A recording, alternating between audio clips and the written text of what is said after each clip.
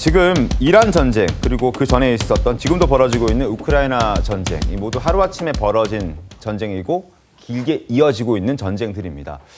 여기서 우리가 깨달아야 하는 것은 전쟁이 결코 남의 나라 이야기가 아닐 수도 있다는 건데요. 이란과 미국이 휴전을 하느냐 마느냐 치열한 신경전을 벌이고 있는 사이 한반도에서는 어떤 일이 벌어졌을까요? 영상 함께 보시죠.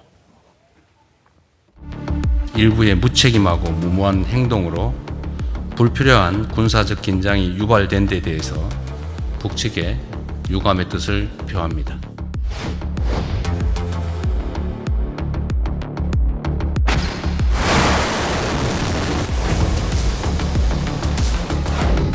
한국 영토가 결코 안전한 것으로 될 수 있겠는가 하는 것은 그들 스스로가 판단할 몫입니다.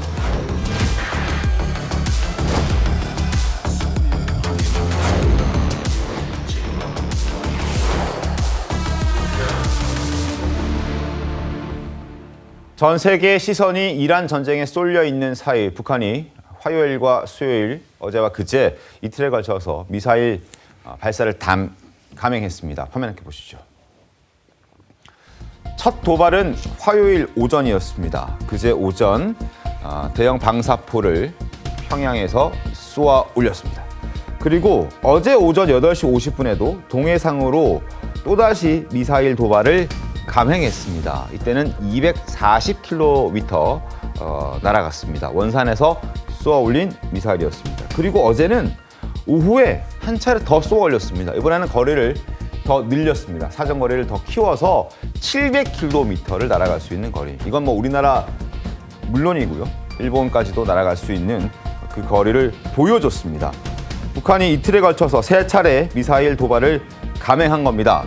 어떤 목적으로 보십니까, 신종민 의원님? 네, 지금 북한이 7일날 오전에 발사한 거는 오늘 밝혔는데요. 그 탄도미사일 아니고 지대공 미사일로 지금 추정이 되고 있습니다. 네. 그리고 지금 오늘 관영 매체가 어제 2번의 미사일 발사에 대한 목적을 밝혔는데요. 첫 번째는 그 우리가 집속탄이라고 하는 집소탄. 네. 그리고 그 유사시 산업 인프라의 전력망을 마비시킬 수 있는 정전탄. 그리고 700km 날아간 것은 북한 주장으로는 그동안 우리가 엔진을 좀 비싼 재질로 만들었는데 좀 싼 재질로 만들어서 이번에 시험해봤다. 테스트. 예, 요 세 가지로 좀 북한이 발표를 오늘 아침에 했습니다. 네. 근데 지금 보면은 북한이 이란 전쟁에 대해서 많이 의식을 하고 있는 것으로 보여집니다. 왜냐하면 북한이 지금 확산탄을 과거부터 좀 뭐 스커드 미사일에도 탑재를 하고 있는데 이번 이란 전쟁에서 그 확산탄이 이스라엘 방어망을 돌파하고 텔아비브를 폭격하는 장면이 공개되지 않았습니까? 그런 차원에서 본다면 또 그리고 게다가 또 산업 인프라를 마비시킬 수 있는 그 정전탄까지 오늘 시험했다고 주장하는 것은 네. 북한이 이란 전쟁에 있어서 비대칭 전력을 좀 더 확대하는 의도가 아닌가로 생각됩니다. 근데 이틀 동안 3차례의 미사일을 쏘아 올렸는데요. 우리 정부에서 이 관련된 내용들을 제대로 파악하지 못했다라는 비판도 나오던데 맞습니까?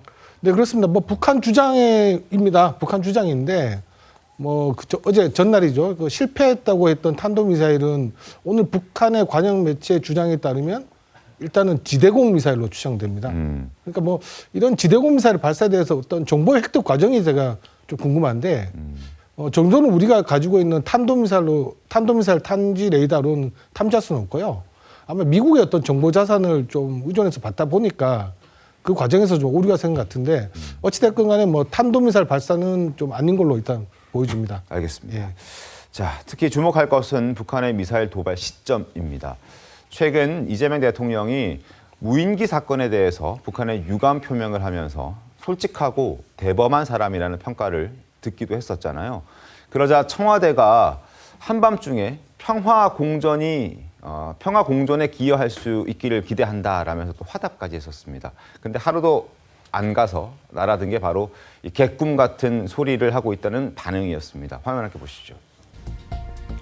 김여정 담화는 분명한 경고였다라고 장금철 북한 외무성 제1부상 겸 19국장이 밝혔습니다. 한국 측이 우리 정부의 신속한 반응을 놓고 이례적으로 우호적인 반응으로 받아들이며 개꿈 같은 소리를 하고 있다라고 비판의 목소리를 냈습니다.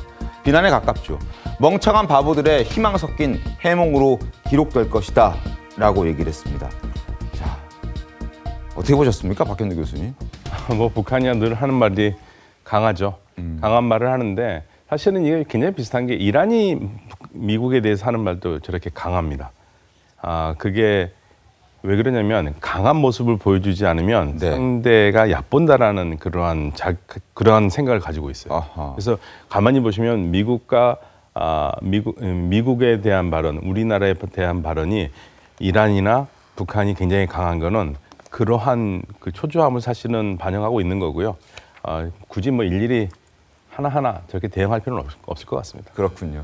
김상희 평론가님, 네. 저 북한 장금철의 발언을 놓고 우리 정부가 너무 좋게만 생각한 건 아닌가, 뭐 이런 걱정의 목소리도 있긴 합니다. 어떻습니까? 근데 이제 기본적으로 여러 가지 생각을 해야 되는데 우리가 뭐 이렇게 비교를 할게요. 좀 약한 사람이 네. 좀 막 그 본인의 자격지심 때문에 과하게 행동을 한다고 해가지고 똑같이 하면은 그 피해는 사실은 좀 안정적이고 좀 더 가진 쪽이 더 클 수도 있거든요. 그래서 저런 거 그냥 놔두면 지레 지치게 하거나 아니면 자기 걸 다 소비해가지고 오히려 손해가 나게 하거나 그래서 그러니까 지칠 때까지 놔둔다 그러잖아요, 우리가. 그렇게 하는 게 오히려 좋은 전략일 수도 있겠다라는 생각이 하나 들고요.